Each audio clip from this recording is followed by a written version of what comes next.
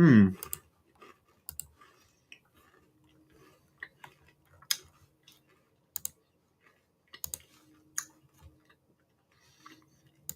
Hmm.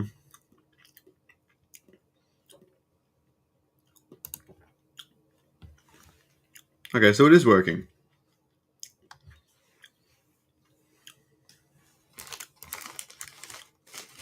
Low latency, that's pretty good.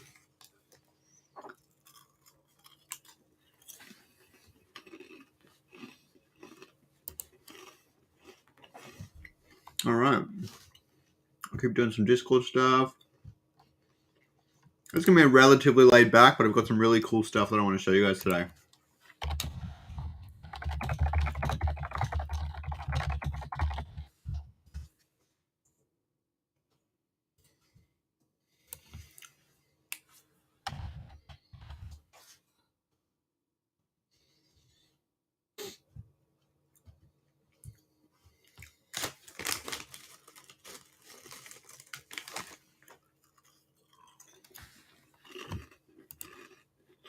All right.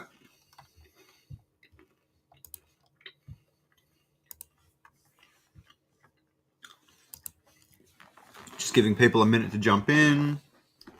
Nice and chill. All right. So today I do have a mini list of things I'm going to cover off in today's session. But I'm really excited to share with you guys kind of the Photoshop techniques and things that I've learned over the past 6 to 8 years. I've been using Photoshop for a long time in a much deeper capacity in the last 2 or 3 years. But I've used it on and off quite frequently for a long time. I feel like I'm stronger than ever at the software, not only from YouTube, but from my day job. And I've learned a lot of tips and tricks along the way. Things that I have seen in some thumbnails, they're all improving overall over time. I've seen in some thumbnails that there are some areas that are slightly weaker than they could be, and they're like a 1 minute fix. You know what I mean? So I just want to put this out there. I hope a lot of people learn something from it and be able to adapt it to what they're doing. I want everyone's content to be the best it can be, not just myself. Okay, so on my list today, I have a couple of really key areas. The first one is making images brighter, all right? And I feel like if we look at some other people's YouTube, I think that's going to really help. Just give me 1 second. All right. This is going to be really interesting. So let's check this out. So if I type in alluvium, right, you've got all the ones at the top. You'll notice, hey, I got third. That's nice.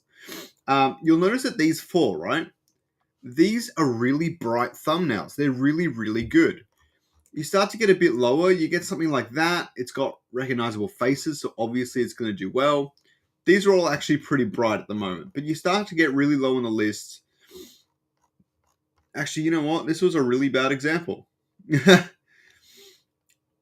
Wow, Illuvium just dropped a video. I should definitely watch that. Illuvium clips. Okay. So you notice this one, not too many views, but that's the Illuvium clips channel. It's quite small. This Turtle Power one, you can see how dark the thumbnail is and how basic it is. No one's really going to be clicking on that too often. It was a stream. It looks pretty fun. It should really have a thumbnail on it. You've got this one here, which isn't too bright. It's got no views on it. Illuvium Forecasts. It's not too bad. The text is really stands out and everything as well. But these are all actually pretty good. All right, let's just see if I can go to like Illuvium gameplay maybe. But I'm not finding anything that's too dark, which is really good. But they used to be quite dark. See, this one's actually pretty dark. Sorry, TSG. But you see how in the background it's such like a dark purple on the Illuvium Land I'm Addicted one? It's such like a dark purple. This video actually did quite well, but I feel like it could have done even better. It had a recognizable character. It had some decent text. I would have personally made that text a bit larger. But the background is just so dark, and that is going to take away from it. So On-Chain Gaming has obviously a lot of subscribers and a lot of viewers. And if we go and we look at some of his recent thumbnails, right? You'll see that some of these ones are actually quite dark. You get something to like one of these ones, like his Town Star one. It's really, really, it quite pops. It pops quite nicely. And the Star Atlas one, and that's kind of the ones I'd be focusing on. These are just, I guess, him pumping out videos super fast and going from there. Look at this Axie one. This one's got 10K views compared to some of these other ones. Look at this 55K ones. Like, obviously, the topics that they're covering is going to play a role in how many views they get. But look at this top NFT games one. Like, it is so bright, and you can see easily what it's about, and it just kind of uplifts you, all right? Even I've had really dark ones in the past, too. So that's some good examples. So, first I'm going to go with is making your images brighter, making them pop, adjusting their contrast and stuff, which is a step that can take you like a minute. All right, it could take you like a minute, and it makes a big, big impact, as you've already seen. Next thing to look at is clipping images out. Now, I know a lot of people are using online software to cut out the background and stuff for you. I've never actually used that stuff, so I can't speak to it. From what I've seen, the results look good. Not much more I can say. But if you want something that's really sharp, you do have to do it the manual way. But I will show you some ways to kind of do a hybrid of manual and non-manual. The problem is that the latest Photoshop version, from my experience, does a much better job of this than some of the earlier versions like CS6 and CS 5.5 and things like that. So there's definitely that to consider. Another thing I'm going to cover is making an image larger, all right? You want your focus to be front and center, whether that's a face or the background image or an alluvial or something. You want it to be front and center. Now, I'm going to stop eating the chips. It's probably really annoying. I'm sorry, guys. I was just really snacky tonight, you know? Making something larger, but I have a few tricks for if you're working with an image that you just found off the internet, it's not very good, some ways to actually make it a lot better than it would have been otherwise. It's hard to explain. It's one of my favorite tricks ever. You're just going to have to trust me on that one. So you're definitely going to want to watch that. The last thing I'm going to cover off before I do like a final challenge at the end is blending two images together. I'm particularly really happy with the Unreal Engine thumbnail I did recently. Let me just find it. This one. This is a great example of it. Oh, there we go. This is a great example of it. You've got the image there where you've got the Unreal Engine and everything, and then you've got the imagery of alluvium behind it, kind of like a portal. That was a lot of fun to make. I'm definitely going to show you guys how to do things like that. That one in particular is actually quite easy. I'm probably going to go a bit more in depth when I discuss that. Then the last thing we're going to do, right? The last thing we're going to do is we're going to go and take this Vermi thing. Now, Poor Man Printing, shout out to him. He's got a great channel. He does some awesome stuff. His thumbnails are some of the best in the business, so definitely go and check him out. Actually, I'll just bring up his channel quickly. Poor Man Printing. Look at these thumbnails. He always something that really kind of like that really makes you think, and really like some of them are a little bit busy like these two, but you've got stuff like these two that really stand out and really catch your attention, and this Axodon one as well and stuff like that. He has his own style. It's a very different style to the sort of things I do, but he does some awesome stuff, and he personally asked me if I could have a look at Vermi for him, this image here, and make my own. And that's what we're going to do at the end once I've gone through I've stepped through kind of my process and stuff like that. Crap, I forgot that the chat's here. Yeah, I'll check it out, Ramza. My Portuguese isn't very good, but I'll give it a shot. Thanks everyone for watching. I appreciate you guys joining me. Sorry I didn't have the chat up for a second, but it's up now, so that is all good. Okay. So the Vermi thing, we're going to go through that at the end, and I'm very excited for that. So without further ado, let's jump straight into it. The first thing I want to do is looking at making an image brighter. Now, I have found a really neat page, ArtStation Alluvium. This is really neat. I really like this page. Okay, so let's find a dark image. We're not really going to be able to find it here. Maybe we can. Okay, I've got to look for a good example for this. This one's probably pretty good, but there's no background in it. You know what I mean? Okay, wait. This one's quite good. Let's grab the Halcyon C. You shouldn't really do this, but you can right-click and hit copy image. Oh, these are some images I haven't seen before. Let's find one that's quite dark. There, this one's relatively dark. So if you right-click and click copy image, you can go into Photoshop. So just my Photoshop settings, if you go to new, you go to, I think, pixels is usually what I do, and then I just do 1920 by 1080, which is the same dimensions as the video. Name it whatever you want. Resolution doesn't matter that much. For a file this small, it doesn't make a huge impact. RGB, do whatever you want. Again, doesn't matter a whole lot. Working RGB I quite like. sRGB is pretty much the industry standard. With Adobe RGB or Apple RGB, you will actually get more vibrant colors, but YouTube will probably compress it anyways, and it'll slow down your computer. I wouldn't bother. And square pixels, of course, definitely make sure that's on. You can run into some really weird stuff when you don't have square pixels. I haven't really delved in that stuff a lot, but just, yeah, be careful with that stuff. That's all I'm going to say. And yeah, so you just set up like that. It'll give you a white background image. I usually delete that pretty early, but for now I'm going to hit Control V on a Mac, Command V, and now you've got your image. Now, on the newest version of Photoshop, you don't need to hold Shift to automatically scale it appropriately so that it scales perfectly in proportion. In older versions of Photoshop, you need to hold Shift, okay? If I hold Shift now, it actually lets me scale it the other ways. Hit Escape to go back. So how I go into that again is I hit Control T for Transform, or you can go to Edit. Won't let me do it now because I'm already in it, but Edit Free Transform. I'll just make that a bit bigger to cover the screen. There are other ways to make it centered and everything like that, but I'm going to keep it simple. And yeah, so hold space and use the left mouse click to kind of zoom around. I'm sorry if I'm going so fast. I'm going to be answering questions and stuff too. If you guys have specific Photoshop questions of things you need help with, just let me know and I'll cover that off. Okay, so now we have the image here. I would normally delete the background. We don't really need to at this stage, but I could. And yeah, so now what we can get to is making the image brighter. I'm going to show you a few really key things here. There's a lot. So down here, you've got the adjustment layers. Let's see if I can zoom into that. So down here, you've got the adjustment layers. It's the fourth one across, all right? I love the ability to be able to zoom and stuff while I'm streaming and things like that. It's really, really neat.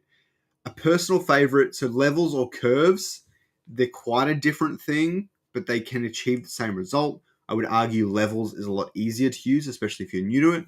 So we're going to start off with levels, and then I'm going to use curves. So I like to click on the left to make sure that it's all good.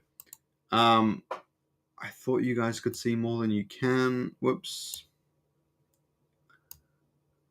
No. There we go. Yeah, that's everything. Perfect. Okay. So you're going to make sure, sometimes you're going to make sure to click that little adjustment layer thing. This part on the right is actually the mask, the layer mask. So that part, the layer mask, I'll show you guys how to use that in a minute, but they always start off with one default. You can delete it, won't make a difference. Very easy to recreate it. You actually just go down to the bottom here and click that third icon from the left, which is the square with a circle in it, right? So you click that if you want to use the layer mask. So we just go over here to levels. I like to click this.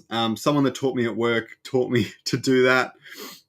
It just gets a more accurate histogram. I like to think of it as just like smoothing out the information. The information is just over here. It's a shame all that section is quite small. I don't really think I can make it that much bigger.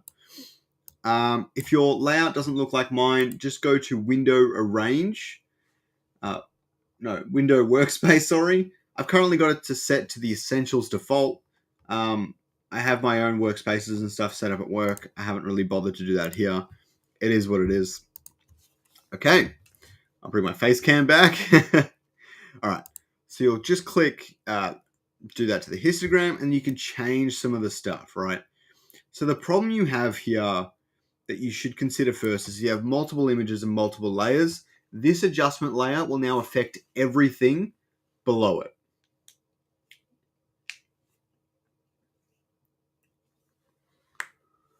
Where am I getting the images? I usually find things that are similar and I make the images myself. I'll go through clipping in a minute, so I'll show you how to, maybe the example I'll use is pulling the word alluvium out of one of these images. These images are actually a website I found recently. I can't remember who mentioned it on a stream or something. Might have been Kieran. They mentioned ArtStation, that someone already has an ArtStation up. So Grant and some of the other Alluvium team members have actually been posting this stuff. So I'll just chuck that in the chat. Really great website. I'll be using these assets more often until I run out of assets to use. I like to keep it fresh if I can. So yeah, this levels layout will actually affect everything below it. Everything. Okay? So if you don't want it to start affecting like your 20 layers, you can hold Alt. All right. I can't zoom in and do this at the same time, unfortunately. You hold Alt, you go between the two layers, and now it is assigned only to this layer. Okay, so you go into it. So from memory, I usually kind of do it by feel. I don't know it too well, but from memory, this middle one does the grays, all the middle areas. The left one does all the blacks. Yes. Enhances and decreases all the blacks. And the right one enhances and decreases all the whites. So all the really light areas down at the bottom of this histogram, it will increase them if you drag them across. At the top, it will increase the dark areas. And in the middle, it'll try and like balance them all out, depending on which direction you go. You go towards the whites, it'll try and highlight them while darkening everything else, and vice versa. So you can see that this isn't really brightening how I liked. If I turn off and on the layer, you can see a really big difference. We're getting a lot of focus on the center there, okay? But I'm going to go and I'm going to use curves instead because I don't think this is working. Just go down to the bottom again, hit curves, hit a little thing.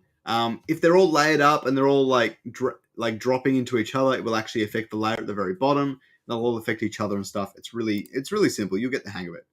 Again, even out the histogram. Now, curves is a lot more complicated. It's like the other one, but in like 2 dimensions, right? So if I drag this up, I'm going to increase all of the light areas, all the areas in this spectrum. You can see there are a lot of them. I'm going to make them all brighter. If I drag it down, I'm going to make all those areas a lot darker. All right, so I want to make them a bit brighter, and then I'll bring down some of the contrast. And sometimes you're just going to mess around with it a little bit. That's too bright because I'm losing a lot of the detail, and that's the last thing I want to do. And then I'll bring... see that area at the top? I don't want that to be lit up all that much, but I really like everything else that's happening here. I like it how it's brightening up the waterfall on the right, and a lot of the detail at the back. But that top section at the top is really not doing any wonders. So what I can do now is I can go over to the mask, okay? Now this bit's important. This is the thing that a lot of people have experience doing, and this is the sort of stuff I want to talk about in this stream. Also, I've got to get off in about 50 minutes, so keep that in mind, guys. I will be rushing through this a little bit, but it'll be good. Okay, so now I've got the brush tool. It's over there on the left, just below patch. B hotkey. A few other hotkeys you should know is the left square bracket and the right square bracket will decrease and increase its size. Or you can go up to the top here where the brush is. Show you just up there. Right. You can drop that down and you can change its size, hardness, and so on. I'm going to keep it on 0 hardness for this. Saying hardness that often is not great. I'm going to make it a little bit smaller. And once I've selected on the mask, you can see that the white section, I can actually go through and I can remove what I'm actually doing if my brush is on the black setting, right? You can see down here on the left, my brush is on the black setting. It is actually going to remove that adjustment layer, the curves layer, from what it's doing, okay? It's going to not apply curves to this area. So what I'm just doing is I'm getting rid of it in those areas. I want it to still apply to the obelisk. So if I hit X, it'll switch to my white, and that will add back in the thing, all right? I hope that makes sense, guys. If that doesn't make sense, please let me know. I'm just switching between them to make sure the obelisk is colored in. really rough stuff. You can get more precise if you want to, but there's really no need. So what you can see now, if I hide and unhide the mask, right, is you can see that I actually added that detail back in and kept the rest of my masking. Now, we can also go and we can adjust the other parts of this image. So if I hide and unhide, you can see that I've made everything a lot more vibrant, but I've made some areas a lot more dark than I probably want to. An section down the bottom here, as long as I'm on the black one, I can add that section back in, maybe lighten up this corner a little bit and some of these corners and make them a little bit less dark.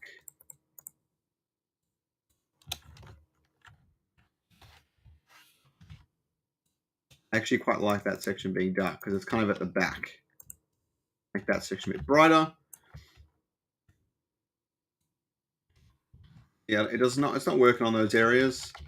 It looks a lot better than it was. All right, so now if we take it in steps, I will hide the layer and the layer mask. So here's the original image, okay? We'll go to the curves layer, and then we'll change it up again to the masked curves layer, and you get this even finer detail happening, right? It's a lot more beautiful. From what I'm seeing on the stream, this might not be coming out quite as nice as it's coming out on my screen, but believe me, it's looking a lot better than it was. Again, hiding, unhiding. And you get a much more vibrant and bright layer. And yeah, all right. So just going to read some comments now. Zlat says, surprised to see you live at this time.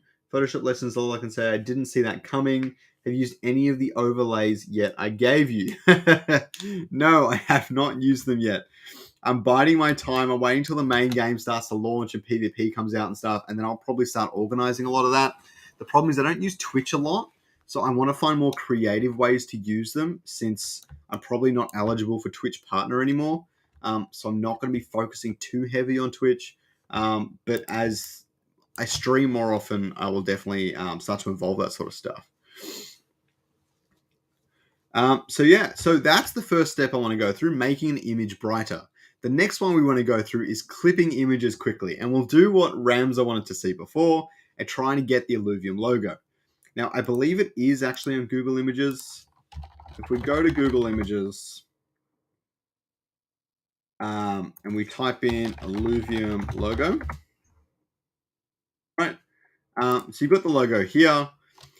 You can see with the hexes. Now, a big giveaway here, if the hexes are there in the image on the left on Google Images, it's probably not a PNG.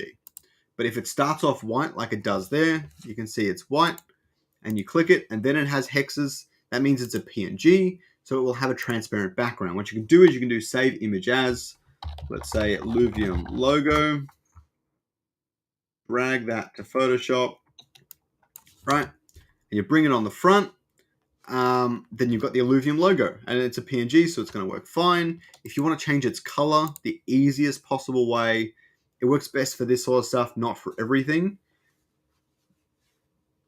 The font people usually use for thumbnails.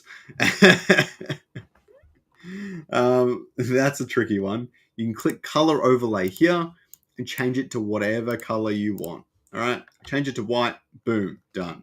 Just again, color overlay, blend mode normal, click the little color thing, the color wheel, adjust all the numbers, and you're off to the races. And now I've got the white Illuvium logo, like you were wondering about before, Ramza. But we'll go through clipping in just a second. So I'll just hide that layer. I quite like my background, so I'll keep it for now.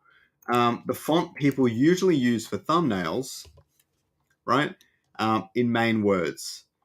Look, it's different for everyone. I think Robotico can be quite popular.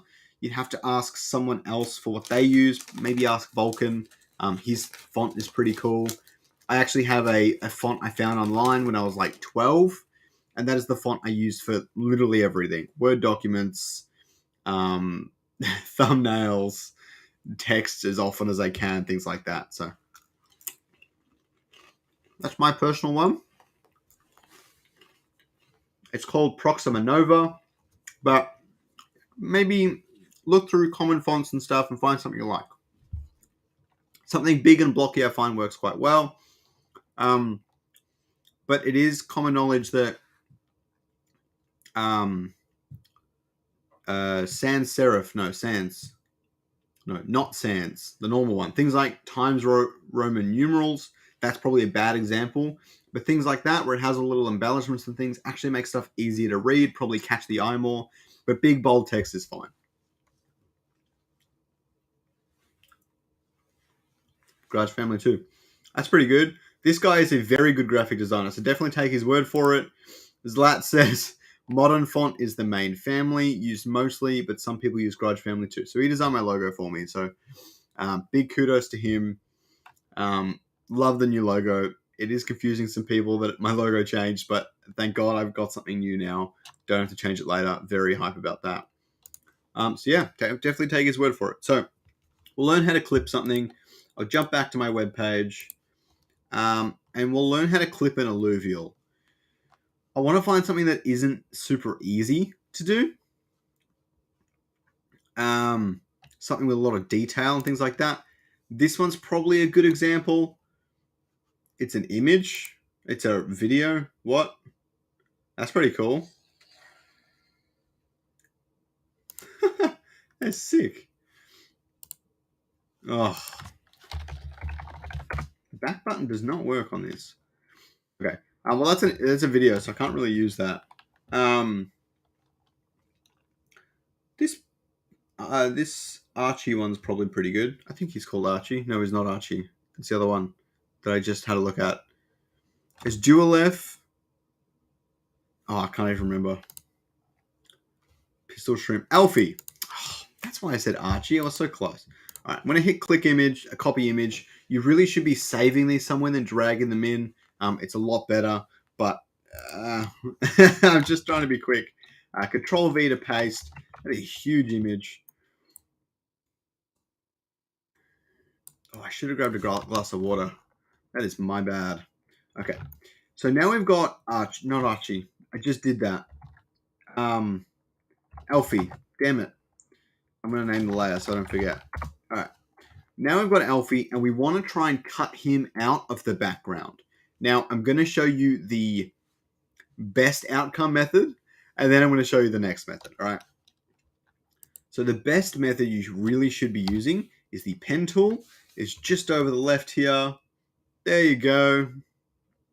Right above the text tool. P is the hotkey for it, P for pen. Great how it works out that way. And you want to click on the outside of him, all right? You can cut in a little bit. I feel like that gets you better results depending on what the object is. You click on the next spot, but you hold your click and you drag. That makes an angle, okay? You want to try and line it up with the next bit.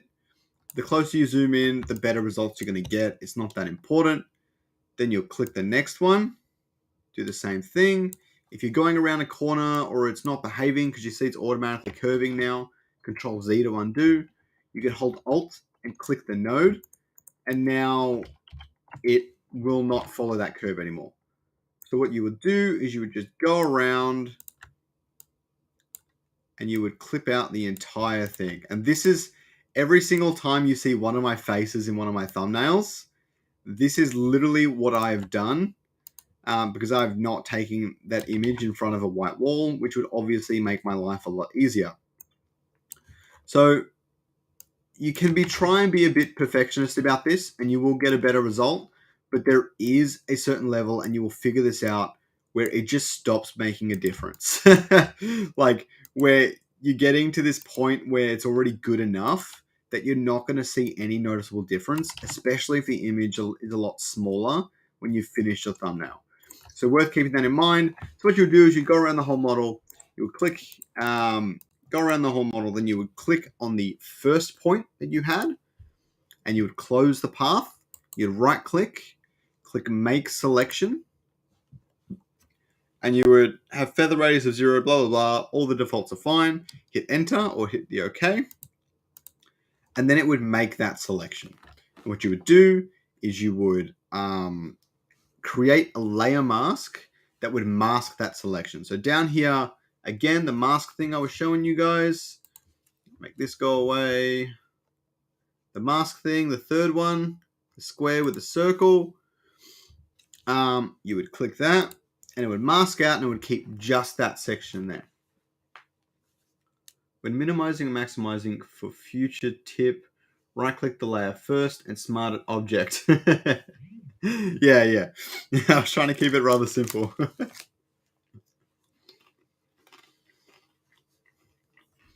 Yeah, so smart objects are really important. I didn't really want to delve too deep into them.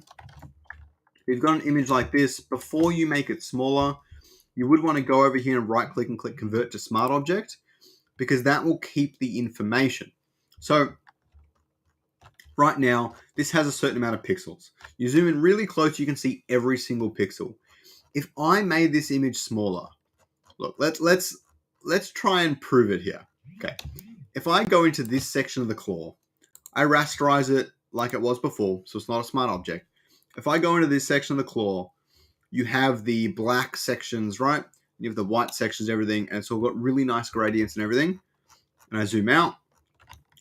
If I make the image really small, it's just created new pixels for what that image would look like, okay? Now if I make that image all big again, this is what my new image looks like. Completely breaks it, okay? If you go small and then big and so on and so forth, you break it. So I Control Z twice, I get back to where I was. Now if I convert that to a smart object, it actually remembers as much information as possible. So if I go really small, right, and I go really big again, it remembered everything. All right, it remembers all that information so you don't lose any of that data. This does limit you where you can't start deleting pixels. But if you're using masks, you shouldn't really have to 99% of the time.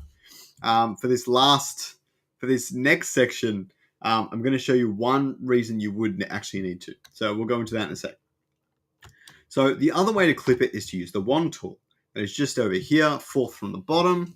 Zoom in. Wow, this stream is going way longer than I thought it was going to. So, yeah, perfect demonstrator. Thank you. Yeah, I've been in this business a while.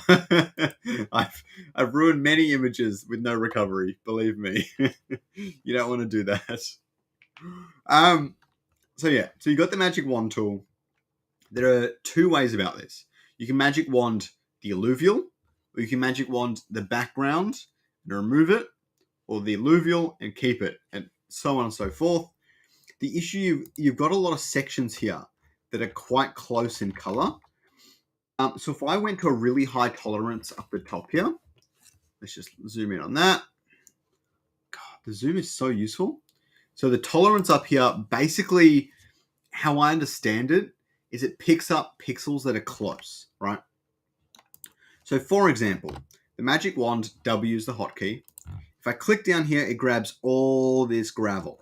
And that's because, say I click this pixel, this color here, let's call it brown, and let's say this orange over here are within 32 different color deviations. So it's going to add that into my selection. But if I go over to 10 pixels, let's say, and click over here, I'm only grabbing this little section, this 10 tolerance, because they're really close together in color, and it's not going to expand further than that. That subject select button at the top is gold, bro. I don't actually know. I haven't actually used subject select. You're going to have to show me that one. Subject. Wow. It did a pretty good job. I'm definitely using that more often. There you go. I learned something. All right. So that tried to select the subject, but some of the colors are really close, so it didn't manage to get it.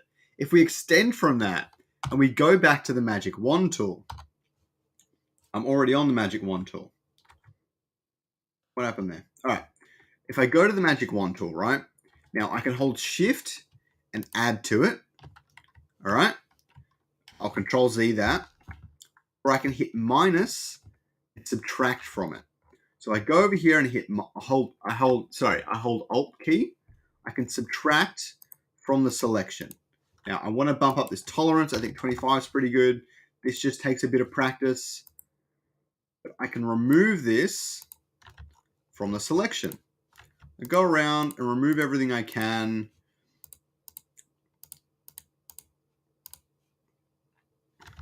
All right, remove this section in here. Yeah. The major differences for this one, some of the things will be in slightly different locations, but a lot of hotkeys should really things. So don't feel free to come back in and rewatch it. So I hold Shift, remember, to add. So I add these pixels here for the blue. And this way I can just slowly contour out the rest of my Alfie. Right? Remove those sections here. You can see it capturing a lot of the detail quite nicely. What happened here is it's actually grabbed both the nostril things that he has quite intensely. So we'll deal with that in a second. Sometimes it can be a little bit finicky doing it this way. I can't believe we could pick up the subject. That's pretty cool. But yeah, so that's pretty much contoured him really, really well. You've just got that section in the middle. What I would actually do is I'd go to the pen tool. I drag around it. Basically where I've already got. I've closed the shape, make selection, and I would add to the selection, and that would just fill in that gap right there. Do the same thing on the other one. Not quite sure how these actually got caught here. Hope people watched Kenobi yesterday. It was so good. Make selection, add to selection. Now the last thing we do is we go to the layer on the right. We go down to the mask, click it, and there you go. Our Alfie is selected and taken out. And what you can start to do now is you go into blending options and do things like a drop shadow, which is a really easy way to do a shadow. You can get more detailed shadows other ways. You can mess around with these sliders. I'm not going to delve into them too deeply. I usually add a little bit to the distance, maybe a little bit to the spread. The distance is probably a big one. Sometimes I get rid of the spread altogether. And you can expand the size, but it doesn't make a huge difference. Just different styles of drop shadows. And now you've got an Alfie in the scene. Whoops. You just want to make sure you click the actual layer. And then when you want to get a bit more in depth, oh crap. Why does that keep happening? That's really, really weird. Oh, because they're not linked. So you've got to click the little thing to link the layer and the mask. I've never had that issue with masks where it's not automatically linked, but it is what it is. And for thumbnails, I'll try and make the key focuses of your thumbnail as big as I possibly can, taking up a majority of the screen. All right. I'm going to grab a really quick glass of water. I'll be back in a second. Hey, Crypto Sloth, welcome.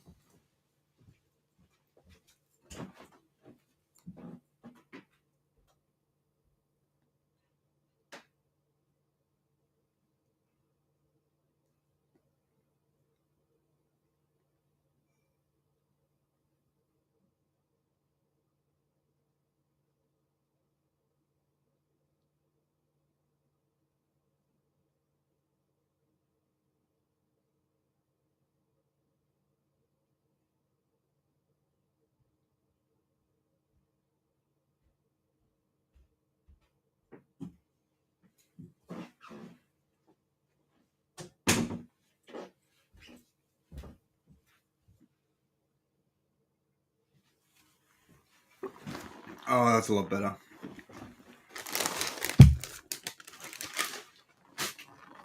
She got a free mint later, so I was like, what am I going to do to pass the time? Let's do a neat stream for people. Okay. The next step I'm going to show you is a tool in Photoshop, and pretty much every version of Photoshop has this. Some work better than others. Is something called Content Aware Fill. Now, let's hide these two layers, these three layers, all these layers. If you go over all of them and hit Control G, it groups them all. So I'm just going to do that. Makes my life a bit easier. And if I jump back into ArtStation and type in alluvium, let's find a key focus I see using this is when you have a background image that you're trying to really enlarge, and then your focus is not really in focus, but you can't move that. I'll show you guys. It'll make more sense once I show you. You're going to have to trust me on this one. Okay. None of these are good examples. This one's probably a good example. Yeah, this is a perfect example. Okay. I'm going to hit play and pause it. No, that's a bad example. I take it back.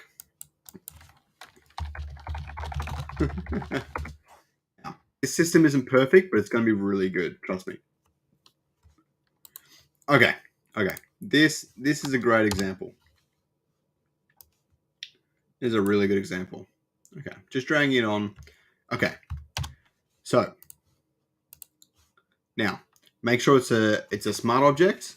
You can just see down here if it has that little symbol on the image. I don't know how to describe that symbol. Then it's a smart object. Okay, so yeah. There are some Google Drive archives floating around that Kyla's made. They're not. I don't think there's any clipped ones though. So yeah, maybe we should start sharing these around. I've got a couple myself. I made all the alluvial cards at one point for one of my tier lists. That was crazy. Anyways, so this image here. Now, say we enlarge this to the full size, right? If you hold Alt, it uses the center to enlarge it, right? And now say I want to make Arlen here front and center. This is going to be a bit blurry because this image isn't too big, but it's more to prove a point. Let's put it that way. So I'm going to make this bigger. Wow, I'm starting to get pretty tired actually. So hopefully this doesn't take me too long. So I'm going to make this even bigger so Arlen is ginormous. Move it around. Right. All right. This didn't quite work how I wanted it to. I need to prove my point. All right, make it smaller. All right. There we go. But the problem here, now obviously it's not that big. I would have liked it to be bigger, but I'm going to show you the point I'm trying to make. You got to trust me on this one. So I want Arlen to be in the middle of the page. Now I haven't made it exacts, but this feels like the middle. If I move it too far to the right, she looks off center. And my goal here is to have her in the center. But look at the problem I'm having. My image stops there. So what am I going to do? There are a couple options. Obviously, you might have another image that goes on top and kind of covers that space. But if you really like this wallpaper here and you want this to be the focus, you can actually, especially for simpler geometry, you can actually add information. Right? You can add to the wallpaper. This is one of my favorite features, so please pay attention. So if you hit the W key for the wand, well, you don't really need to. You can go to the marquee tool, which is M, go to the rectangular one, and circle around that entire section. Now here's important. You actually have to rasterize this layer first. Wow, that option goes off the screen. That's really annoying. That's not as bad. So you have to rasterize the layer first. You click that. And now you can go up to here. You go to edit and then content aware fill. There are a few ways to actually access content aware fill, but this is my favorite one. Now, what it does is it brings up this menu here. You don't need to mess around with these too much. You can mess around with them a little bit, but you can actually, I like to do high color adaptation if it's working. Currently it's not working. Again, I don't think YouTube's portraying it too great. So if I go to none, then it's going to be really washed out. If I go to default, it's actually got some really nice color in there. Rotation adaptation low. I don't even know what auto sampling means. Don't show again, that's fine. Yeah, so medium isn't quite working. Just kind of mess around with the settings until you get something that you think looks good. So what it's actually doing, if I zoom in on the, it won't let me zoom in. That's all right. Can I Control plus? Yeah, I can. Okay. So if I zoom in on here, these green blots are the information it's pulling to generate that new section of your image. Okay, so what I would want to do, make sure it's on minus in the top. It's see it up here, minus and plus. Make sure it's minus, and get rid of Arlen and Mozart because they're not a part of the rock face. What I'm generating here is the rock face. Get rid of her feet and her little staff or scepter or whatever. These rocks down here are cool. Get rid of this plant, and it will actually regenerate that information. What you can do is you can actually get a bit more in depth. Get rid of the really light sections of the rock because it's not as relevant to the part it's joining onto. Maybe get rid of these sections down here, and then again it will generate that, right? But you see, any section you delete that was touching the new section, you're going to start to get some really weird breaks that you can see here. So I'll add that back in just to make sure it's blending across properly. You hit OK, and now you've got a whole new section of rock face. It's not like an artist's dream, but it's pretty solid. But this goes even further than that. Look at this cloud up here, right? This cloud. Now, what are you going to do? Grab a blue block and put it on top?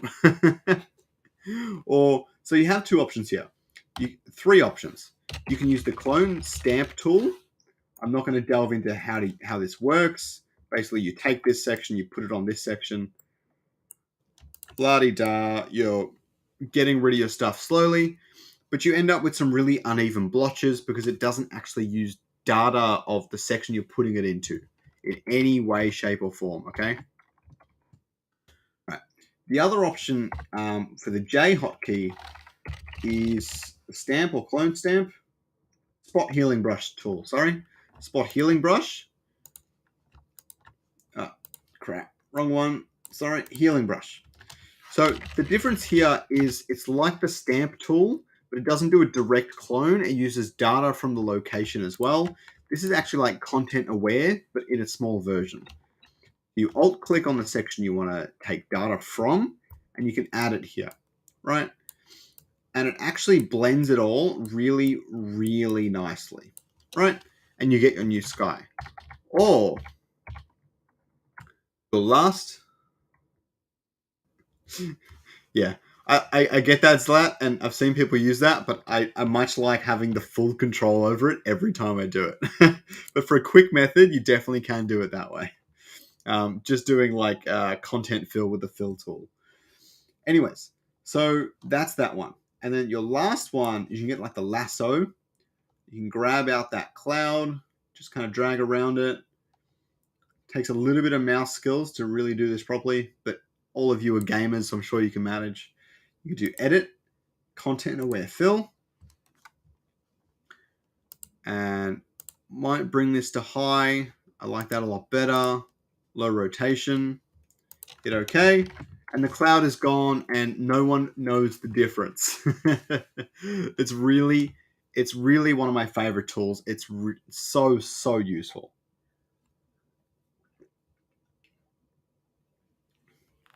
Okay. The next thing I want to look at is blending two images together. So we're just going to use the Unreal Engine 5 example here, because that's going to be the easiest way to show it. This was the original image I had. If you've seen my thumbnail from before, you'll know it's a big deal. You'll know that this looks really different to what I have. So what I want to do is I want to make this look like it's a portal into Illuvium, all right? Simple way to do that is to grab your wand tool like we showed you before.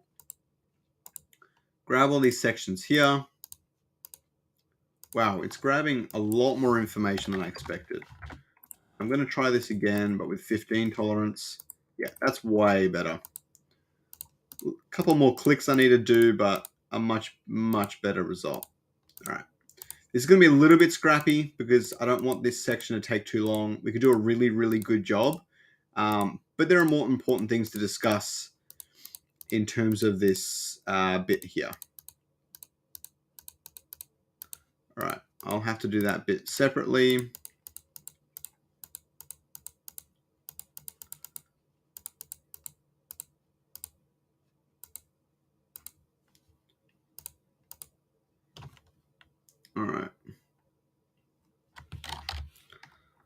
still want to do a half decent job. So let's just do that. Make selection, subtract from selection. You could always Control Z if you get subtract or add wrong. It's pretty easy to stuff it up if you're not paying heaps of attention, or if you haven't been doing this for very long. I'm used to it now, but it took quite a few years to get used to that specific one. Am I attracting, am I subtracting? I can't remember. I'm sure some of you guys might know that feeling. All right. Let's go here. Oh, I'm starting to get really tired. All right. Add to selection, I think this one. All right. Now we've selected this inner section, and I would just go to the wallpaper. Let me just think. Which one should be on top? Unreal or the wallpaper? The wallpaper's behind. So what I actually want to do is I want to Control Shift I or select inverse at the top here. And now I'm going to mask out the Unreal 5 image.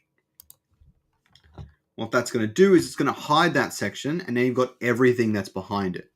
Now, here's a really cool part and like a little trick that I would like to use for this blending. I would actually go and select this inner ring, okay? And I'm going to clip this one out properly, otherwise it's really not going to work.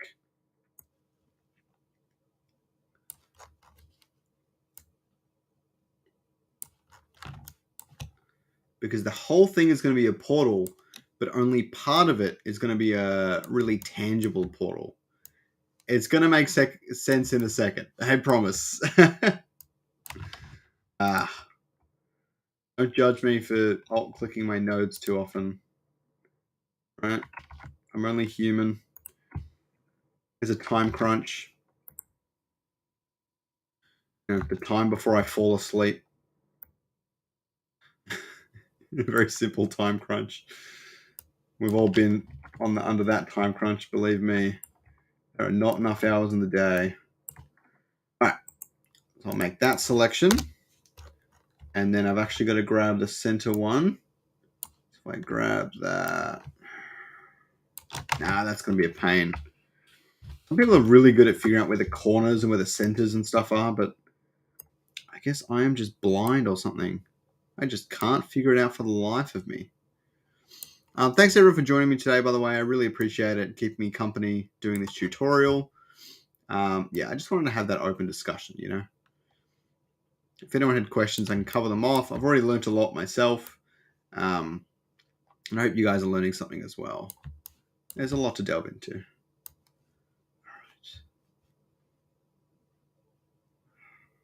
And yeah, Ramza, DM me the Portuguese one, the video you made. I'll take a look at it. I always love having a look at new content for sure. Okay, so now I've got this other section selected, but the last thing I want to do is just remove that and put this section behind it, because I want it to be a little bit more of like a glow and a tinge, right? So what I can actually do is I can grab the brush tool, make it really, really big, okay? Can't be that big. All right. You know what? I'll zoom out a bit and I'll make it really big. All right. So when you have the brush tool on 0% hardness, hey Kyle, how's it going?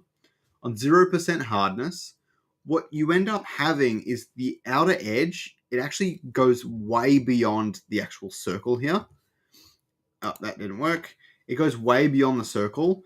If I were to put it in terms of this right now, the brush is actually going to affect probably towards the center of that image overall. Those pixels aren't going to be affected a lot. They're going to have low strength, but it's going to go all the way in, okay?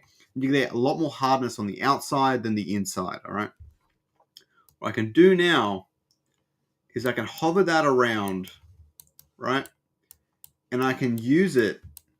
I'm clicking down and doing it to catch the edges. And you can see that image coming in, right? But it's a bit more faint than the outside. I might actually go to the inside and click around here. Whoops. to remove some of that outer image, make it a little bit more of a vignette sort of a thing. So the image is coming through, but barely. Remember, what in this case, I'm using the black to remove the front image and add in the back image, and so on and so forth. So you can see that I'm only just bringing in that back image, and I am making it feel like that's a bit more of a hologram than actually a part of it. The next thing we can do is we can add a layer, make this layer like a blue tinge. If you want a bit more accuracy, you can grab the eyedropper tool, which I think is eye. Yep. You can grab this blue hue, maybe the part on the outside, go back to the brush. What we can do is we can add a bit more of a blue hue to that outer section. Now, the beauty of all this is if you stuffed up your background image or if you want to slot something else in, you can just grab something else. Let's grab a different image and chuck it in. I'll have the exact same effects because of the way I've done all of this. So if we grab, say, this one, we hit copy image, we go back and paste.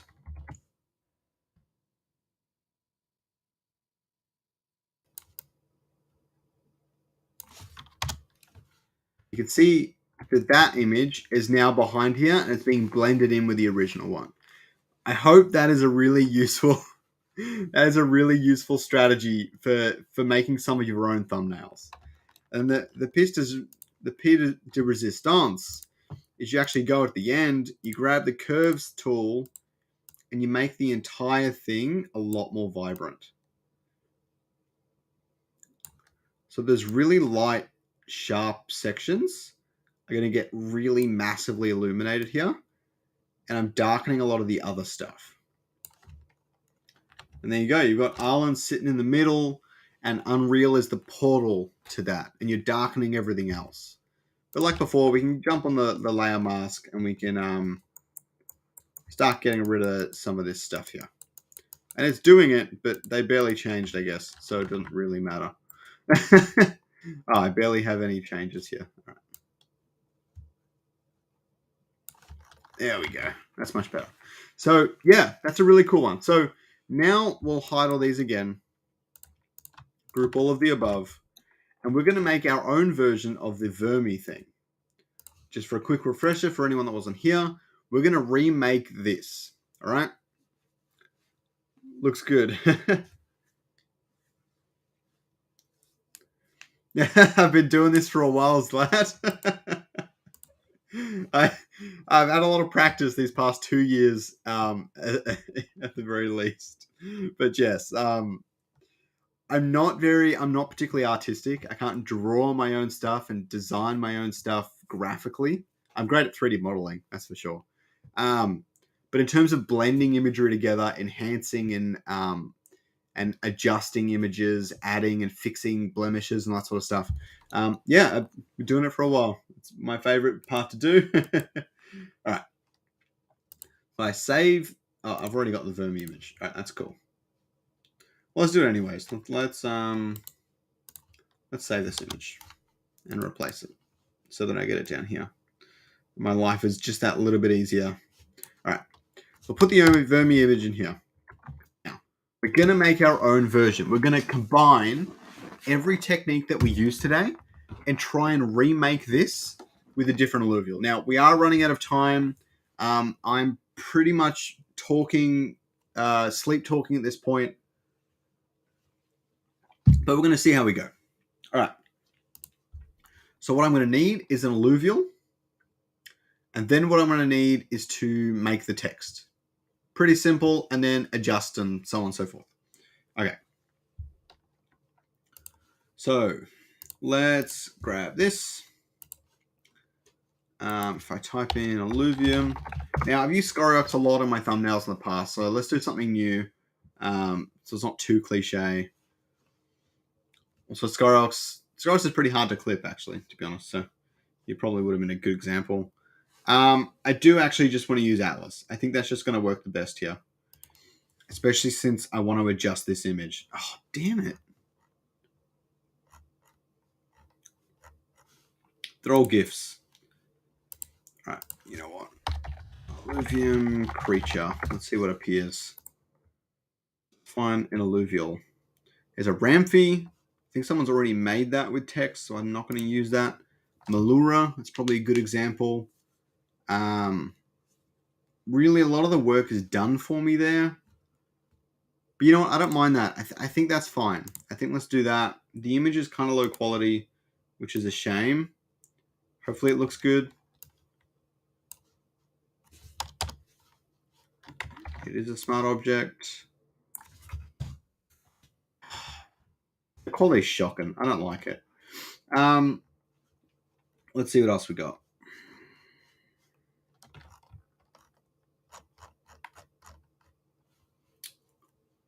You know what? That just means I'm going to have to show you a couple extra techniques. How's it going, Jim the Ging? Welcome, man.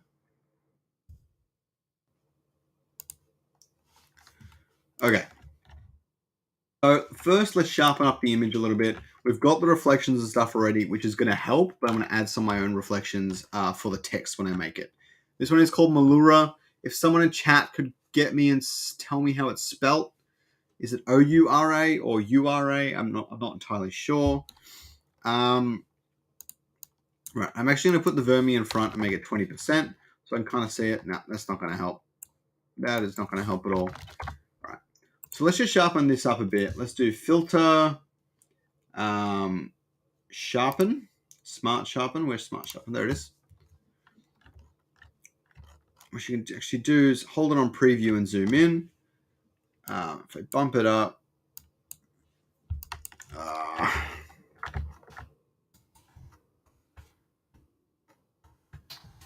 why can't I zoom out? There we go. Sharpen's making a bit of a difference. Oh.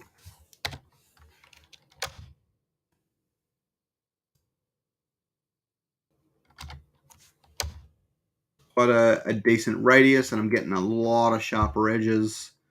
Reduced noise. Yeah, the noise isn't really the problem here. That's kind of reducing those grainy effects and things like that. I quite like that. If I turn off and on the smart sharpen, you can see he got a lot better, a lot more clear. If I throw a curves on him, I've been really obsessed with curves lately. There's lots of tools there, but use whichever one you feel is the best.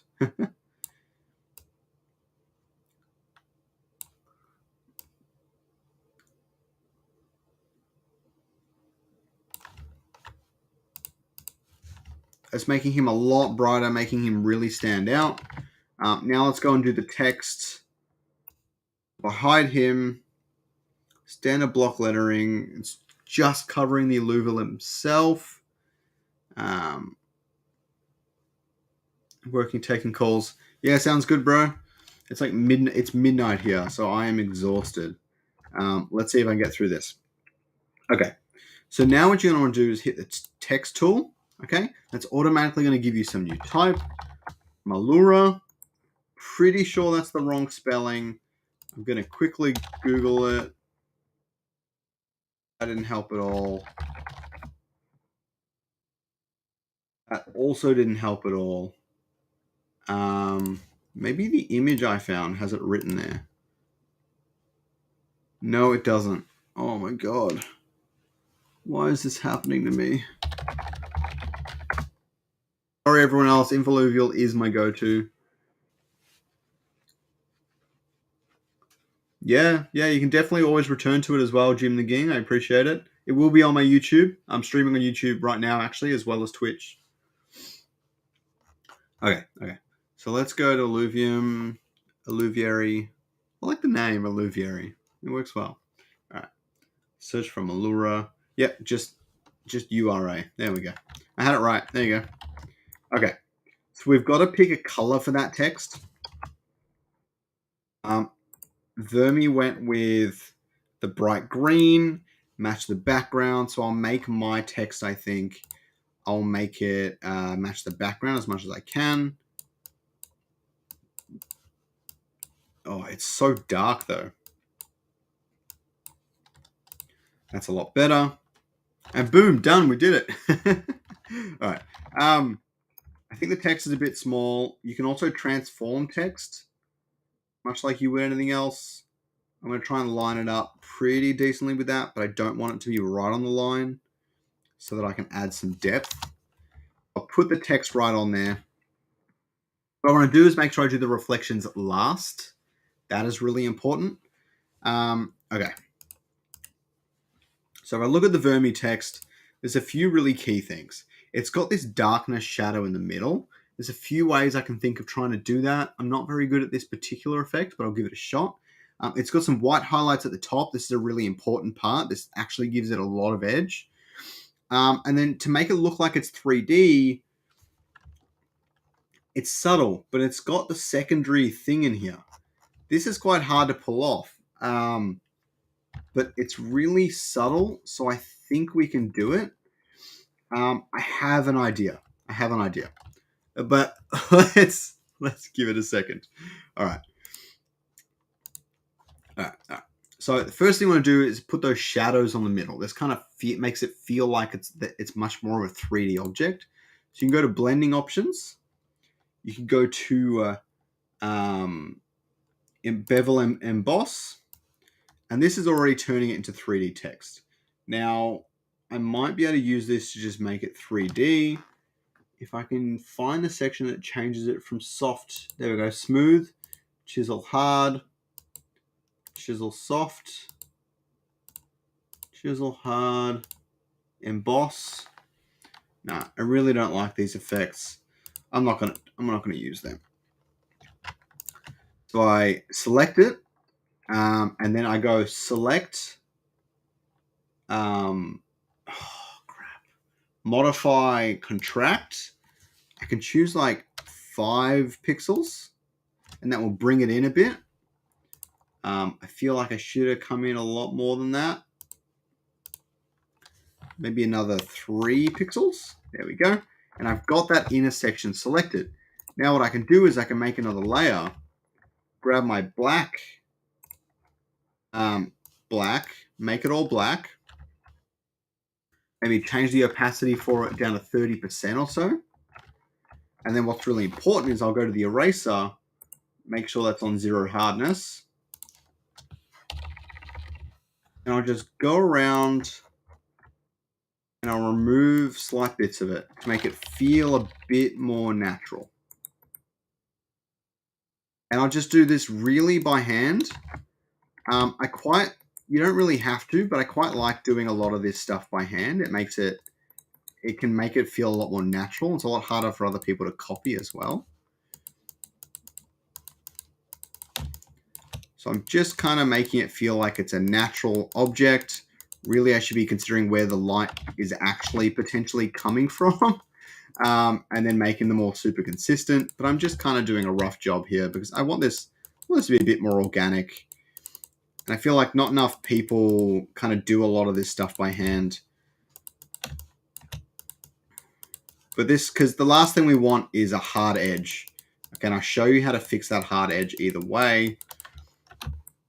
I don't feel like I didn't do this first one very well. Bigger. I deselect that. We've started to really get that effect in there, but we've still got quite a hard edge on that entire thing. What I can then do is I can convert this to a smart object. Do filter, blur, Gaussian blur. And we don't need much, probably like 3 or 4 pixels, and that will get rid of that hard edge for us. It's actually starting to look kind of close to how the Vermi one looked. So if we just show that off here, wow, because it's showing that layer. So you see the Vermi one, whoops, and you see the Malura one. They're actually looking pretty close. Problem is the Vermi probably has a little bit more range to it, which I'm quite missing. Also, I don't think my blur was enough. Yeah, that's a lot better. That's already a lot closer.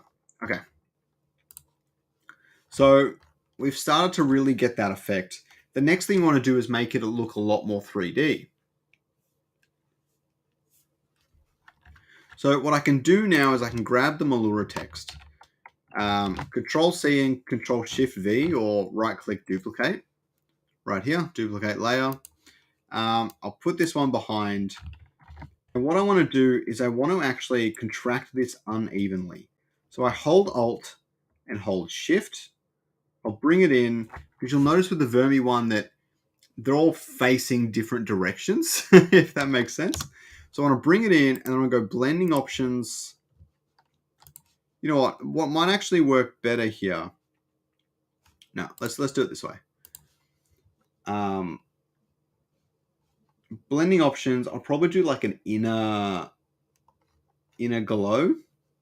Where's that? There we go. Like an inner glow.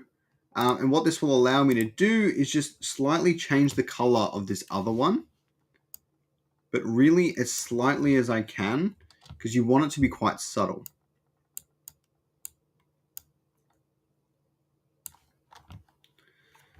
Make that 20.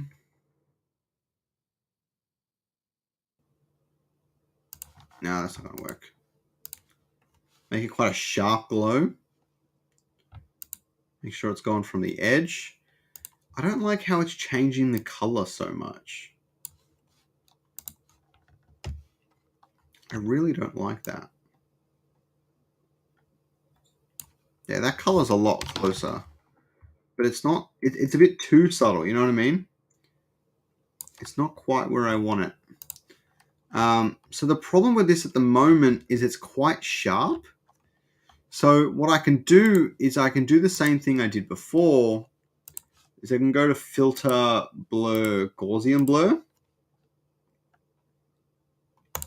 Convert that to a smart object. But then you're starting to get this really weird effect. So you can't just blur it out. I don't like how sharp it is.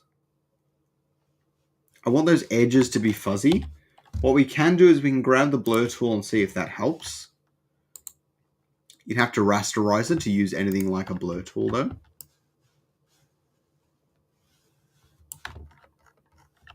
Yeah, way less sharp. I think that worked a lot better. You can actually just shift, you can click one end and then shift click the other end to blur across the entire range. And I'm just blurring this back one. This is really manual. There are probably better ways to do this, but I like properly showing the process.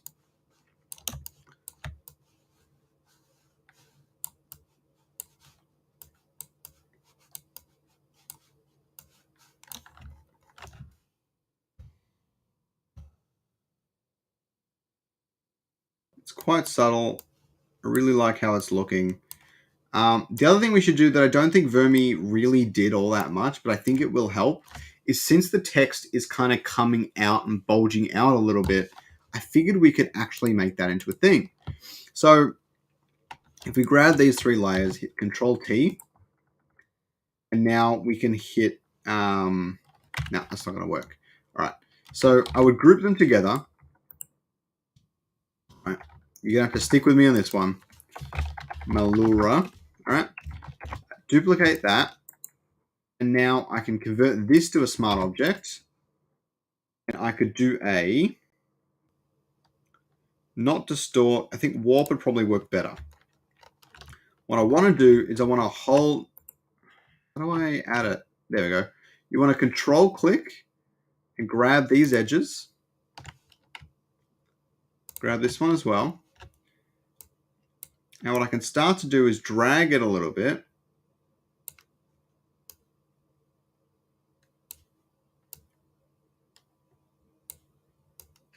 And make it feel like it's bulging out a bit more. That is not working how I thought about it. You know what? I actually want to push it in. That's what was happening.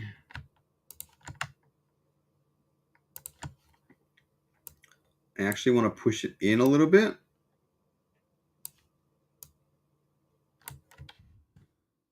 Really doesn't like that one. There we go. I want to push in these outer edges so it feels like it's bulging at the center.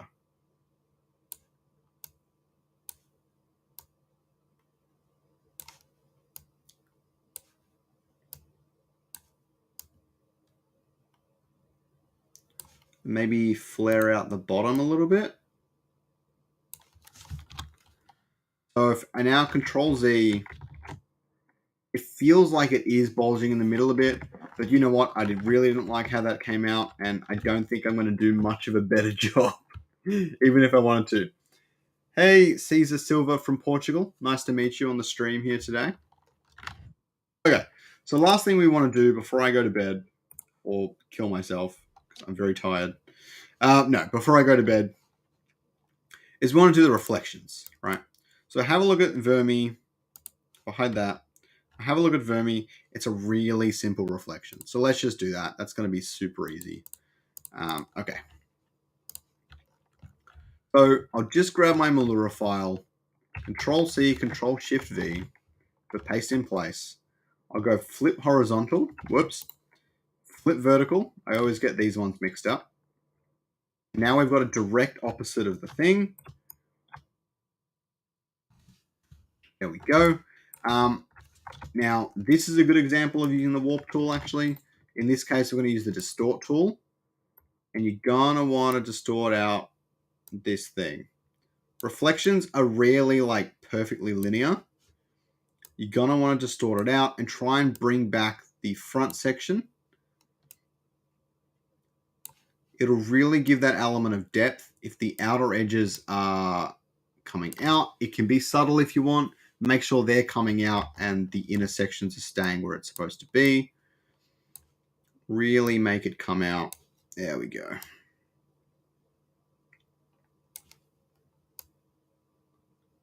This is a bit different to what the Vermi one did, but who cares? It's my project. Alrighty. There we go. That really came out. Now, you'll notice that at the bottom section of a reflection, it will really fade out a lot more harsh than you might expect. So we're going to really go that. So we're going to grab the reflection, add a layer mask, like I've shown you many times on this stream already. And really just go across and wipe out this bottom area as much as we can. And then when I want to really add a highlight to the front section, I'll go in a lot deeper with the other one. I'll add it back in, right? And now we've got it fading out really nicely. The other thing you want to do is really make sure to separate the two as much as you can. You can see there's a lot of overlapping and stuff here. It's going to look kind of stale very, very quickly.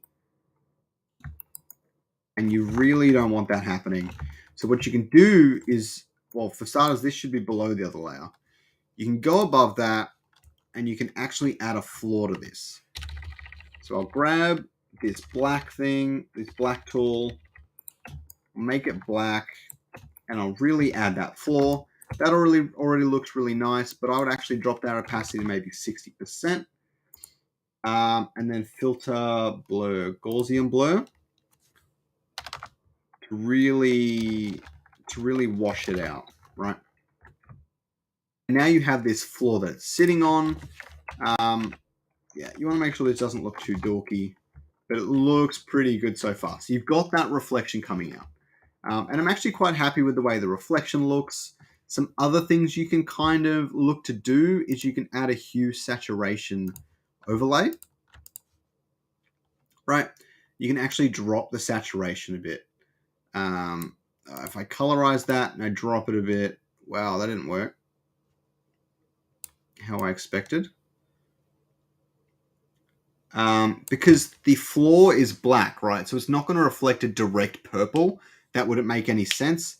It'd be a little bit more washed out, or it could be more vibrant, but it's mostly going to be, it's just going to look a bit more dull. Max black mixed in with purple is not going to give you the same purple color at all.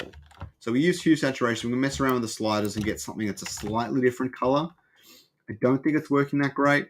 One thing you can do is you can drop the opacity of the hue saturation thing, which is pretty cool. If I drop that to 20, it's probably too subtle. To 50%, yeah, much better. So you see how it's like a direct purple and now it's a little bit more washed out? That's exactly what you're after. The last thing we need to do that the Vermi had was we want to add those highlights here. Okay. We'll go on the main layer, which is this one at the top, I think. Yep. What's this one? This is the floor. Okay. To the floor, I might actually add a slight white, because I think that'll look pretty neat.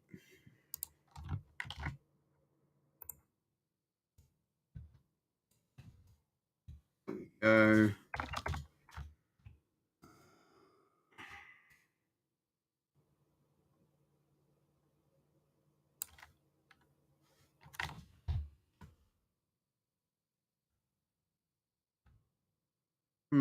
Not convinced that worked.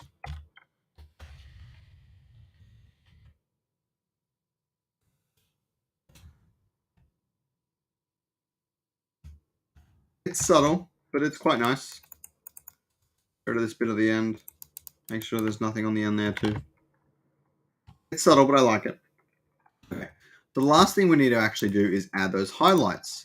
A big thing a thing that makes it really easy, right? So if we've got this layer and it's not assigned to anything, it's just sitting on top, we can grab like a white brush and like draw all the crazy shapes we want, right?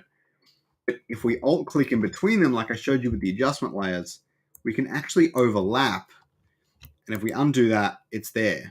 But if we do it, it's actually only just on top of that layer, which makes life really, really easy. So I'm going to delete that white line. I'm just going to go through and I'm going to make... Is this not white? It is white. I'm just going to really lightly make some highlights.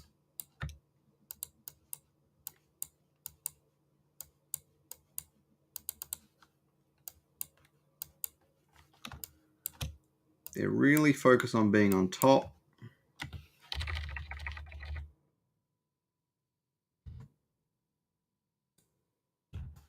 Fix that one in a minute.